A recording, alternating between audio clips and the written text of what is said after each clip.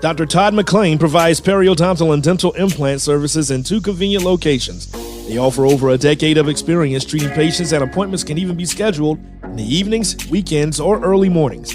Give them a call in Chapel Hill at 919-537-9774 or in Durham at 919-484-8338 or visit them online at gumsandimplants.org.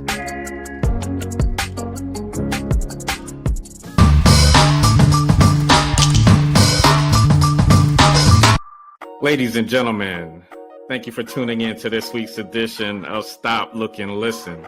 I'm your host, LaTroy Gardner. This week, we have a staple in the South Carolina hip-hop community.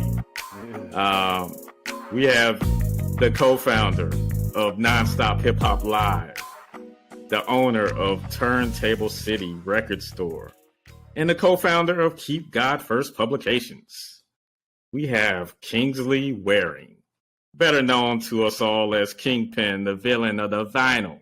Yeah. Thank you for having me, man. Thank you for having me. Oh, no doubt. A privilege. Yes, sir. All right. So, like I said, Kingpin is the co-founder of Nonstop Hip Hop Live. They've been, blessing us, with their many contributions for close to 25 years now. Yeah, it's been a while. It's definitely been a while. Yeah, me and DJ Shakis, we go way back. Like we started actually Nonstop Hip Hop Live came after Nonstop Hip Hop. We started Nonstop Hip Hop, the radio show at WUSC 90.5 FM. That was like 98. Right.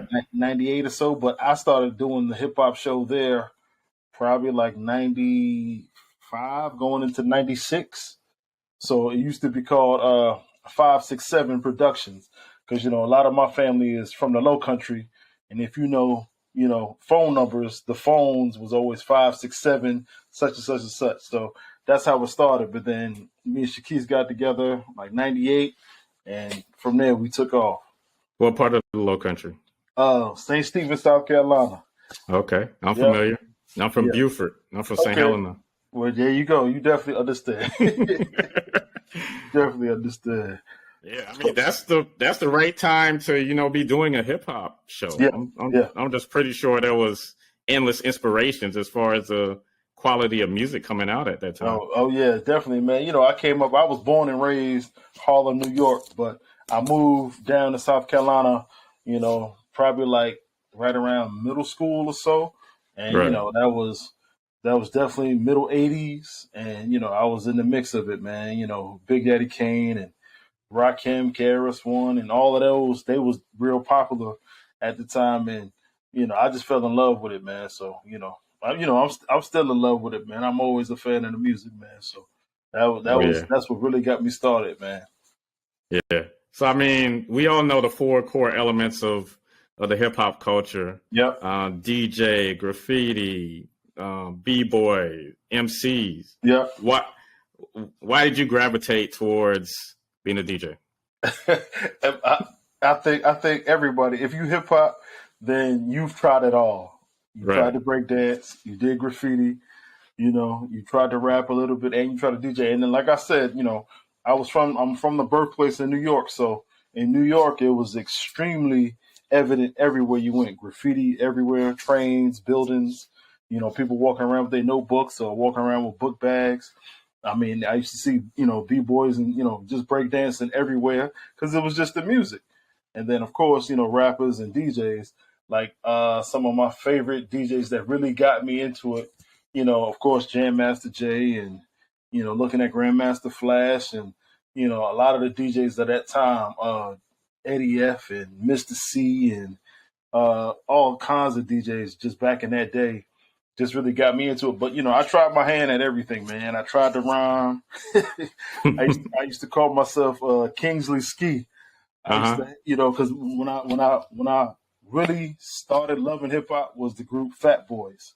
Right. Fat Boys was the first group, like the first piece of wax that I ever bought, and it was a MC in that group called Cool Rocksky. and he was one of my favorite MCs of all time. So I called myself Kingsley Ski, but I tried to record myself and, pause tapes, just recording myself just to listen. And I hated how my voice sounded. so I stopped. But, in the mix of me realizing, I wasn't an MC, man, I kept buying records and buying tapes and, getting cassettes. Like, I really got to credit my a lot of my older cousins, like my cousin Anthony and my cousin Corey, just stealing their tapes and making copies of their tapes. My cousin Cookie, like all types of it, just taking their stuff and just really building my collection. And I just fell in love with the music, only child. So, when you come up as an only child, you just needed an outlet. And for me, it was the music. So eventually, I used to draw, I used to do graffiti, but eventually I just, gravitated towards the music side of it. So just DJing and the production it just hit me. And, once I once I got my collection better and once I got confident, it was no turning back for me. Right. I mean, so what technique took you the longest to master? For me, really just actually learning how to blend the records together. Like making sure I can go from one record to the next on beat. That took the longest time. It took me a couple months of just practice because, I used to, like I said, I did pause tapes and, I used to play songs that were familiar, but just once I had to train my ear to hear how one record could go to the next record. Once I got that done, everything else was just cakes, easy. That was the hardest part for me, just learning. It took a couple months. It took a couple listening, a couple different styles, different types of records, just to hear it, to practice. But once I got that, it was on to the races from there. Nice. So, I mean, I know you've probably been in the presence of the greatest DJs to ever do it. Like, I've seen a lot. Yeah. So who's someone that you just witnessed, doing that thing and you was like, this is crazy. Like I could never do that.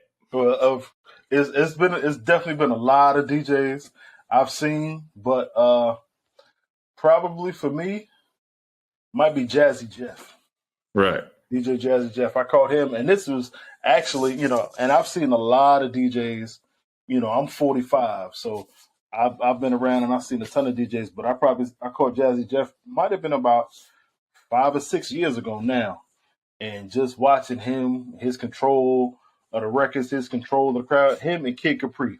I seen DJ Kid Capri too, and just like Jazzy Jeff was using Serato at the time. And, for those who don't know, Serato is a digital program where you can manipulate music like you would actual records. But he killed it crazy. But then I seen Kid Capri back when he was still using records, and he came in at least 15, 20 crates of records and just going back and forth and just watching those two really like changed changed my whole mindset and knowing like, I'm below them. I'm still dope, but I know those fellas, they get busy. Nice. I mean, I've seen both of them in person, and Jeff is different. Yeah, he's like different, like different. Like he's definitely like lately he's definitely one of my favorite DJs, but lately he's become one of my favorite producers too.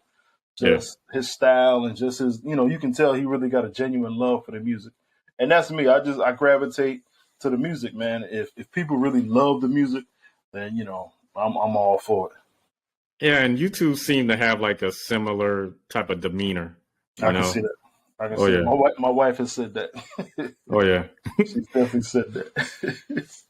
So, I mean, you just mentioned how like he was a master, at using Serato. Yeah. Just talk about that. Do you use Serato? Since, I mean, a lot of the old school DJs frown at that. Like they want you to stick to vinyl. Yeah, they really do. And, of course, when you old, of course you got your gripes but, for me, Serato has changed the game. Like it's literally me not bringing a ton of crates and just me bringing a hard drive with some of the same songs, just doing, what I want to do. Serato just makes it easier to DJ. But the thing I want people to understand is whether you use vinyl, CDs, control buttons. None of that matters if you can't DJ. It's the DJ that really matters. It's your song selection, your song history, your knowledge. Like everything is just technology. Technology just makes things better. You know, that's the difference between a pen and a pencil. A pencil, you had to keep erasing and, you know, keep sharpening to keep it working. That's why they invented the pen. And the pen just lets you write better, more smoother, so you don't have to break it up. And it's the same thing. Like Serato's, it's a fantastic tool, man. But, you know, of course, I'm a purist at heart. I still love vinyl. I just did a event a couple weeks ago, actually, where it was just strictly vinyl. But I've actually been using Serato for a while, probably about 10 years now. I've used Serato, but I definitely still do events with vinyl. It's in my name, the villain of vinyl, so I can't let it go. Okay, so how did you get the name Villain of Vinyl? What does it mean? For me, the villain of vinyl is, of course, we hip hop, so everybody comes up with some type of, moniker or whatever. But like I said, I've been collecting records forever, and if anybody knows me, if you really know me, I got a collection that's crazy. Like I started collecting 45s and records, then I have tape collections, like all types of records, and I just been collecting. And whenever somebody needs a record or looking for a sound, whether it's a producer that I know or a DJ or even an MC looking for, stuff to rhyme over, a lot of people just call me because they just know I might have the record or I know how to get the record. And I've just been collecting for years, all back in high school and college. Like I remember literally, I used to work at Papa Jazz back in college. I used to walk out of there with records instead of money, man. So I just been collecting so for so long. And then, it just, I was looking for something to separate myself from other people, from other DJs. And cause I don't want to be like, I was never one to follow the crowd. I was never one to try to be like another DJ. Like, every DJ I know has their style or should have their own style. There's a lot of DJs who just play what's hot in the clubs or play what everybody wants them to play. And that's good for the time frame. But, I've always been one to try to just separate myself from everybody. And the best way to do it was just, making sure I knew the music. And for me, knowing the music was through the records. And it's very few records that I don't have, hip hop wise, even soul wise. And it's a ton that I still do need, but, just learning the records. So I just called myself the villain of vinyl. It just flowed better. And, I just loved it. So it was either that or I was going to call myself the spectacular one. But the villain of vinyl, it just sounded better for me. And of course, I think if you're a hip hop head, you're a huge comic book fan, like, cartoons. I came up on Transformers and, Thundercats and, all that type of stuff. And it was always the villains, like the Decepticons. They was always the best, the best to me. So the villain of vinyl just fit. Right. All right. So, continuing with your prowess of, collecting, let's just talk about the art of digging in the crates and how it may be a conflict of interest because you own a record store. Like, do you sometimes get orders in and you just be like, I'm gonna keep this for myself, or do I just put it out on the shelf for a few days and if nobody snatches it up, then it's mine? It really just depends because it's definitely a struggle some days. Some days I get some great collections and I know the records and I'm like, man, I really want to keep this record. But then when I go home, I find out I might actually already have the record. So a lot of times the best thing for me is just if I see a record that I like, just to wait, go check my collection first. And then if I got it, then I'm good. I can sell it. But if I don't have it and I really need it, then I'm adding it to the collection. So that's the beauty of owning a record store because I get first dibs on everything that comes through. So there are tons of records that come in that really have not seen daylight here at the store. There are tons. I get collections with probably 200-300 records. Probably 3 or 4 of those records are ones that I really need. They coming home with me and the rest just goes out. So. But it really just depends on the record.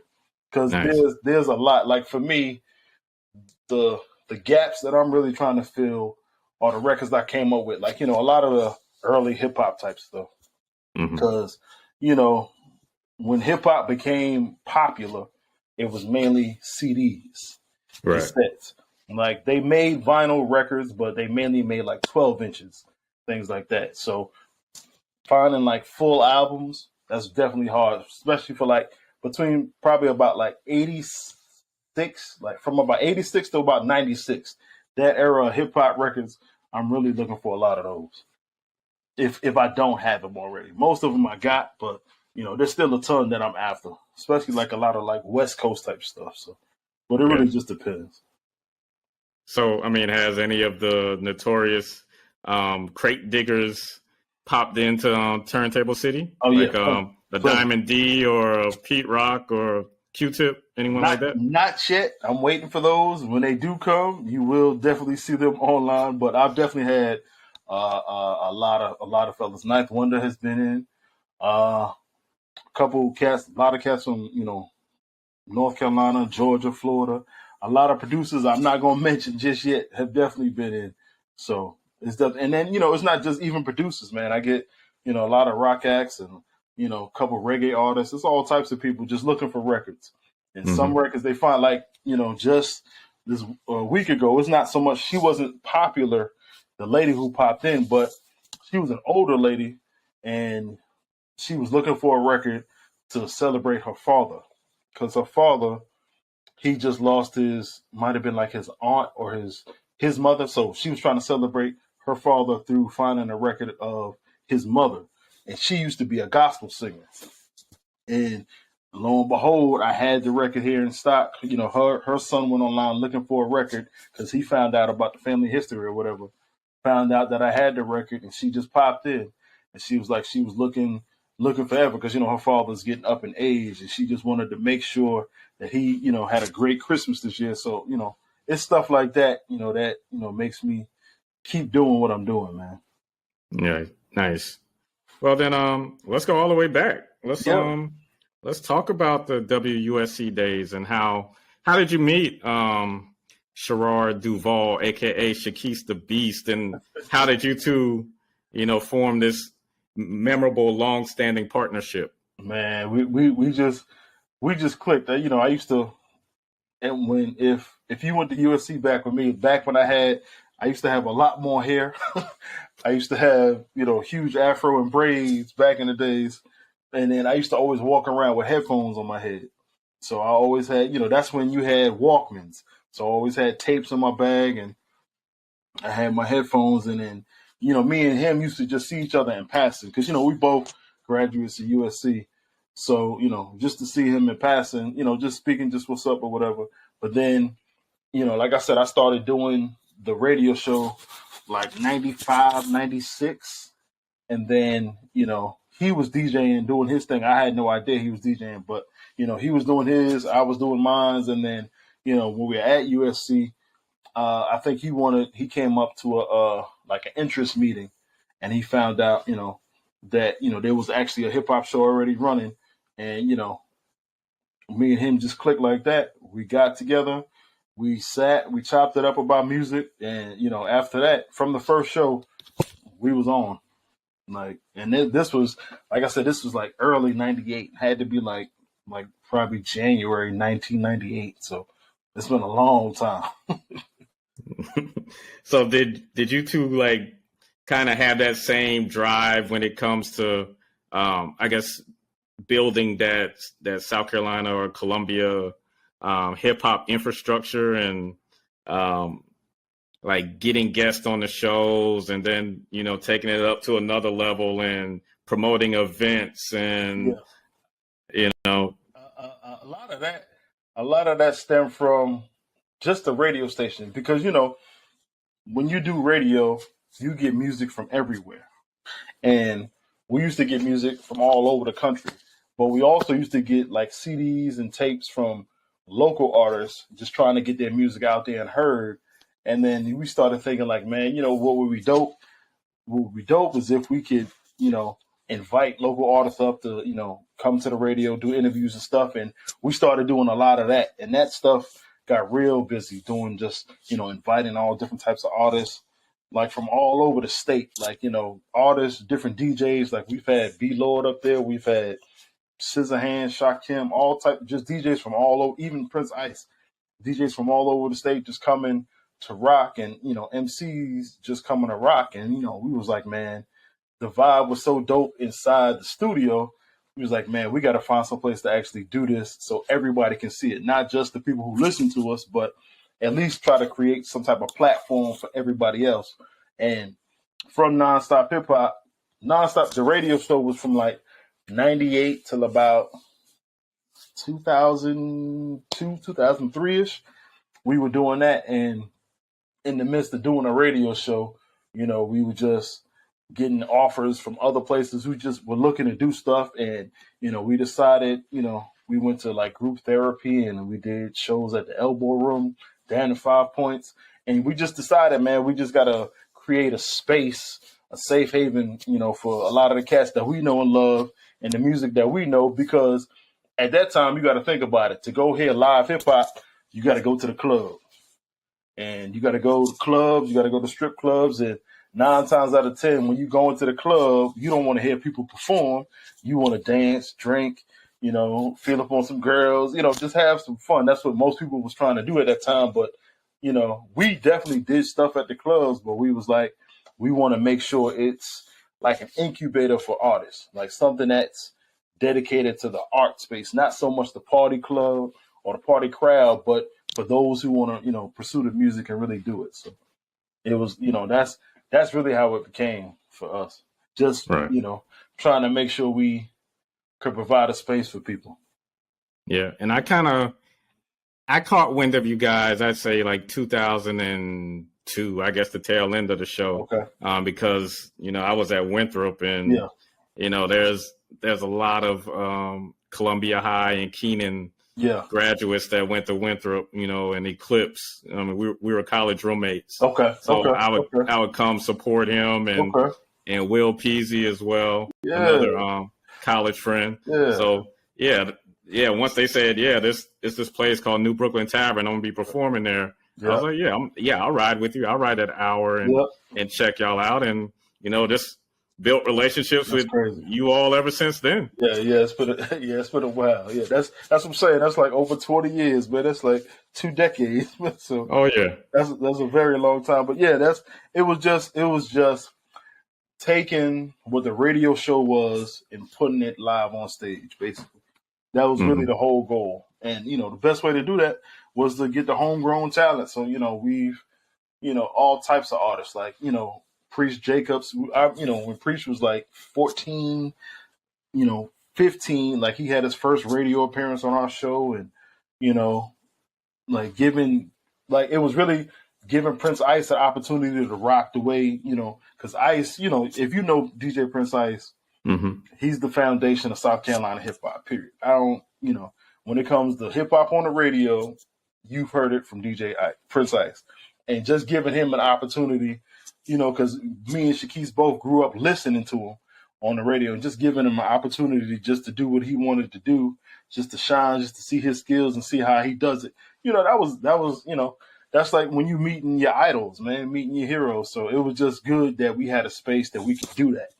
And so it just blossomed from there, man. Like, we've had hundreds, if not thousands, of artists on that stage, man, or just DJs, and just it's been all types of people. Oh yeah, just touch on building those relationships, like you said, with the power players in the industry, the city of Columbia. I mean, as we touch on the Love, Peace, and Hip Hop Festival. Oh yeah, and then just the venues and artists looking to get some shine. Just talk about being the conduit for all of this amazing music and love to be shared. Well, like, I don't know. You ever heard of Lyricist Lounge? Oh yeah. Okay. So the TV show and all that. So in New Ruckus York Records. Yeah. So Lyricist Lounge was basically like a melting pot for all up and coming MCs trying to get their music heard. And that's basically what Nonstop Hip Hop was for South Carolina. It was just basically an opportunity to give MCs, DJs, breakers, graffiti artists, people who just loved hip hop culture, just giving them a space in the venue to express themselves. Because, you know, you go to the clubs now, people don't even dance. People are just on their, you know, phones, you know, drink in the hand. You know, it's not even a party vibe. People are just hanging out. But ours was more like hanging out too, but you also had artists that can come and perform. You can see live performances because, you know, Columbia is rock. It's just a rock city. And, you know, there are very few places, especially now, which is crazy, that even want hip hop in the building, which makes no sense. You know, if you think hip hop, people always assume, you know, some type of violence and things like that. But, you know, at a Nonstop show, man, I can count the number of times on my hands we had fights or we had altercations. It's definitely less than 5, man, you know, throughout the whole year. So it was just something we felt needed. You know, we just needed a place that, you know, people like you and me, people who may not have ever been on a stage, may not ever get the opportunity to perform on stage because, you know, everybody's dream is to be the biggest rapper or the biggest DJ in the world. And, you know, when life hits, responsibilities hits, you know, stuff like that may never happen. So we just wanted to make sure we gave cats an opportunity to say, yo, I don't know about you, but I know how to perform. I know how to, you know, control a crowd. I know how to, you know, produce. I know, you know, I know stage and crowd control and engagement and stuff like that. So we just wanted to make sure, you know, we gave a safe space for people to do that, man. Mm-hmm. And would you consider the Love, Peace, and Hip Hop Festival like the pinnacle, like the ultimate accomplishment as far as being able to, you know, have a event that is supported by the city, Oh yeah, you know, for multiple days and attract, you know, a Rakim, a KRS, a Kane, a MC Light, you know, Sugar Hill Gang. Yeah, it's been a lot. Yeah, man, you know, the whole Love, Peace, and Hip Hop Festival really came about because we knew, you know, I'm 45. Like I said, I'm a father, Shaquis's father, and my man Fat Rat Dazar, you know, he's a father too. And we wanted a place where hip hop could represent all the different levels, the different generations. Because now, you know, next year, hip hop is 50 years old. You know, you know, and that's a long time. So, you know, 50 years old means there are people who started it. There's people who've been in the groove, and there's people just getting started. So it's different generations. And Love, Peace, and Hip Hop just started because we just wanted a safe space for people who loved hip hop, regardless of the generation. You know, if you're old school, new school, true school, we just wanted a place where everybody could enjoy it. And all Love, Peace, and Hip Hop is just Nonstop Hip Hop live on a grand scale. It's the same process. You know, we were using some of the same tools, some of the same tricks, some of the same, you know, even some of the same performers, just making sure it was just on a bigger scale. You know, more people were able to see it and really see hip hop in all its elements in its true form. So we were definitely proud doing that, you know, and who knows, we're creeping up on the 10-year anniversary. I think this might actually be the 10-year anniversary because the first one was 2012. So it's possible we may do something soon with it. Okay. So I had went to an event at New Brooklyn Tavern, you know, around Thanksgiving that you plugged me into. Yeah. It was like Fat Rat's showcase. Yeah. And me and Shaquise had a moment with Eclipse. Yeah. And Shaquise mentioned that he was retiring from DJing. Yeah, he's been retired for a while. Yeah. So so has that thought ever crossed your mind? Like, you know what, I'm gonna, you know, hang it up and just focus on, you know, being an author and, you know, your business ventures and family. Like, if in all honesty, this past year, 2022, has probably been the year that I've done the least amount of music DJ wise. Like this year, like I haven't, you know, people know me, they know I love doing mixtapes and I love doing projects, stuff like that. But this is the first year since I've been DJing that I haven't put out a mixtape. And I put out countless mixtapes in all my years of DJing. And this is the first year I haven't done it. So this year might be the closest that I've been right now, because I really, it's not so much that I don't have a love for it, because music has changed to me. Like the hip hop that I grew up on, the sounds that I grew up on, is different from what's being played out there. And there's nothing wrong with it. It's just different for me. It's not made for me. It's made for, people younger than me. But it's still some hip hop that's made currently that I love. But lately I just haven't been excited about doing it. But I've definitely still, I've done shows here and there. And, I've worked on some stuff, but I just haven't, put anything out. But probably next year I'm going to get back into it, get back to the groove, and definitely drop some more projects. But I'm not retiring right now. Okay. As long as the hip hop, because there's still some records out there that I find that I love, but I'm definitely not hanging it up right now. But I definitely have taken a pause in 2022. Okay. As long as you're back in 2023, because I'm about to put you on the spot. So are you going to officially DJ my wedding or not? Yeah, most definitely. We could do it.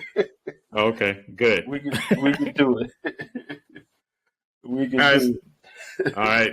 Yeah, we'll have to finish, talking about that, because I know, like I said in the message, I know that you're capable of delivering the experience that I'm envisioning in my head. So. Well, yeah. I appreciate that, man. I appreciate it. Well, I'm a fan of the music, but one thing I learned when it comes to weddings is about the bride and what she likes. You may want to hear some thugged out DMX. So you got to make sure she enjoys the day. So. Oh yeah. Yeah, we've already had conversations. Yeah, I already know. It's compromise, my brother. Welcome. I've been married 15 years. It's compromise. Congrats. Yes. So what are you most proud of in your journey? Still being here, man. I'm DJ Kingpin, the villain of vinyl. Turntable City, first black-owned record store in the state.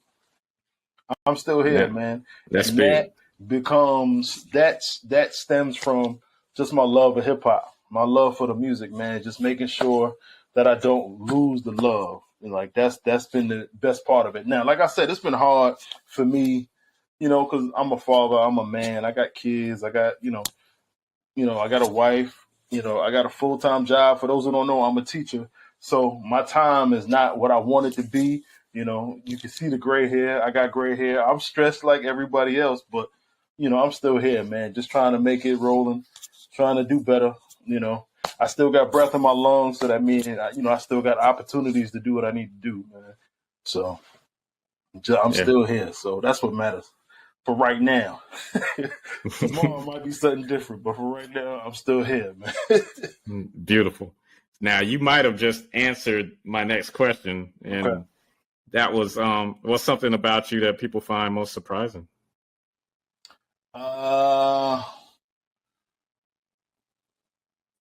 That I'm just real laid back.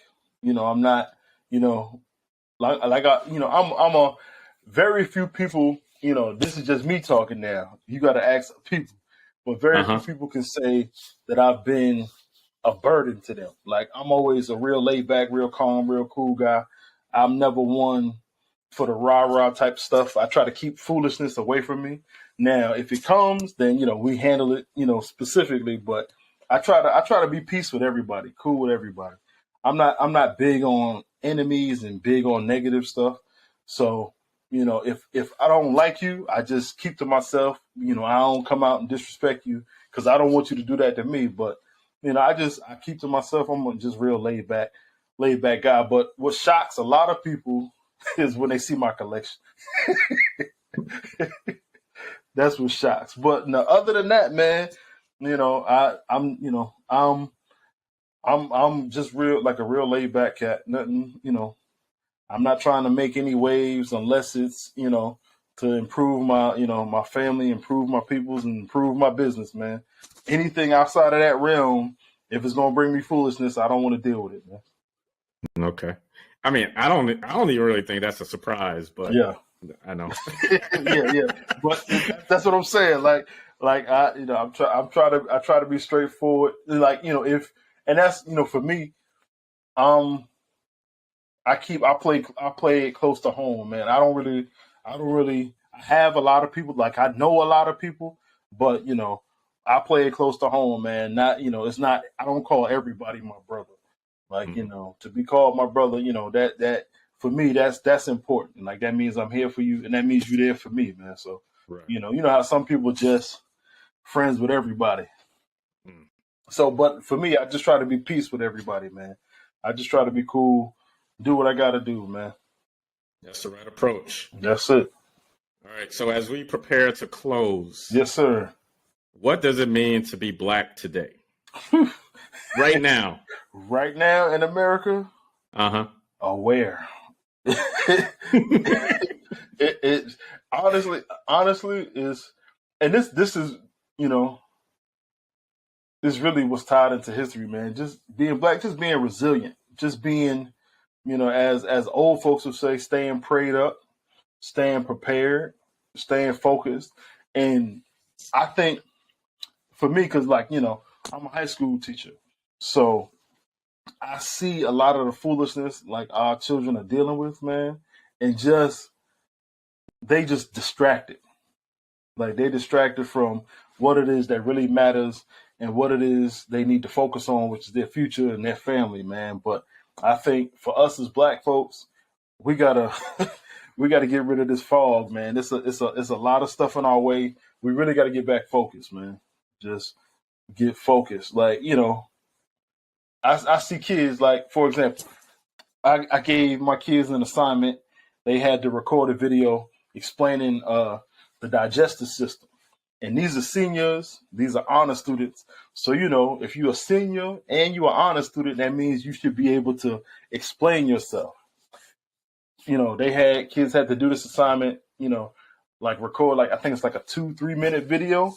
And it was a struggle for some of them, man. But if I asked them to do a dance, what's the latest dance? They could dance 10 minutes straight. And I'm like, you're more focused on, doing the TikTok dance instead of being able to explain yourself. Because when you get out of this high school building, you're going to be in situations where you got to explain yourself. You got to know how to deliver messages, deliver your point, explain what's happening, break down facts, things like that. And a lot of them, it's a struggle, man. And not even so much the kids struggle because parents struggle.